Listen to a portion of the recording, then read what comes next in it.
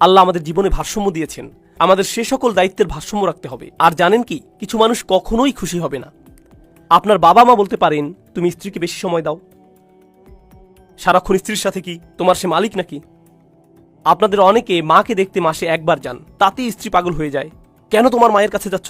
হ্যাঁ, তিনি বলেছেন নাকি এখন থেকে তার সাথে থাকতে হবে? আর আসবে না নাকি তুমি? ভারসাম্যহীনতা। পুরুষদের আপনাদের স্ত্রী আর পিতামাতার মধ্যে ভারসাম্য রাখতে হয়। আপনি মাঝখানে। আপনার উচিত না আপনার পিতামাতাকে স্ত্রী সম্পর্কে বিরূপ মন্তব্য করতে দেয়া, আর আপনার স্ত্রীকে তার শ্বশুরবাড়ি সম্পর্কে মন্দ বলতে দেবেন না। তাদের একে অপরকে ভালোবাসার প্রয়োজন নেই, বাধ্যতামূলক নয় ভালোবাসা। তাদের শুধু সম্মান করা দরকার। আর কে এদের মধ্যে রেফারি হবে সব সময়? আপনি। আপনাকে দুপক্ষের সাথে ন্যায্য হতে হবে, এক পক্ষের সাথে না। আপনি আপনার স্ত্রীকে বলবেন না, কিন্তু আমার মা, কি করব আমি? ঠিক আছে, শুধু তাকে সম্মান করো। আপনি এমন করতে পারেন না। আপনি তাকে তার পরিবার থেকে নিয়েছেন, কথা দিয়েছেন তাকে হেফাজত করবেন। তাকে আপনার মায়ের দয়ার উপর ছেড়ে দিতে পারেন না।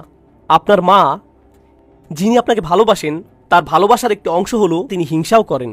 এখন অন্য এক মহিলা আপনার সময় নিয়ে নিচ্ছে আপনার মায়ের থেকে, সে হিংসা তাই অনেক সময় কুৎসিত হয়ে উঠতে পারে, সেটা জুলুম, নিপীড়নে পরিণত হয়ে যেতে পারে। এই সব কিছুই আপনার প্রতি তার ভালোবাসার কারণেই। আর আপনি আপনার মাকে ভালোবাসলেও আপনার স্ত্রীর উপর জুলুম হতে দিতে পারেন না। আপনাকে মাঝে এসে দাঁড়াতে হবে, আপনাকেই রেফারি হতে হবে, আপনার স্ত্রীর পক্ষ নিতে হবে। সব পরিবারই এমন হয়, সব পরিবারেই। আর একবার আমি বুঝে গিয়েছিলাম এমনটা আমার মায়ের সাথেও ঘটতে যাচ্ছে।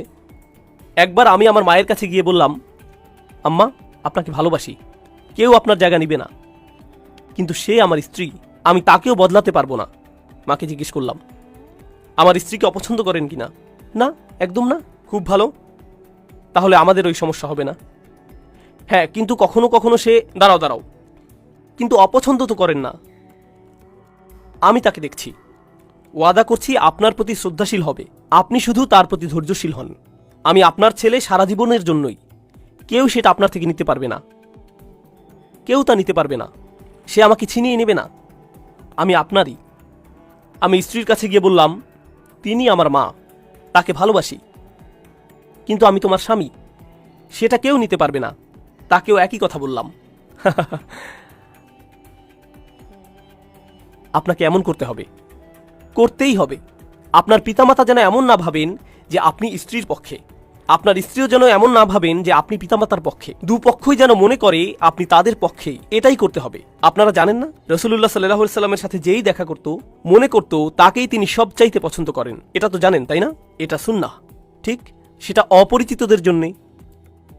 তাহলে পরিবারের সাথে কি হবে? আমরা সমাজে ইসলাম আনার কথা বলি, ভাইয়েরা, আগে ঘরে ইসলাম তো আনি, এরপর বাকি কিছু নিয়ে বলবো।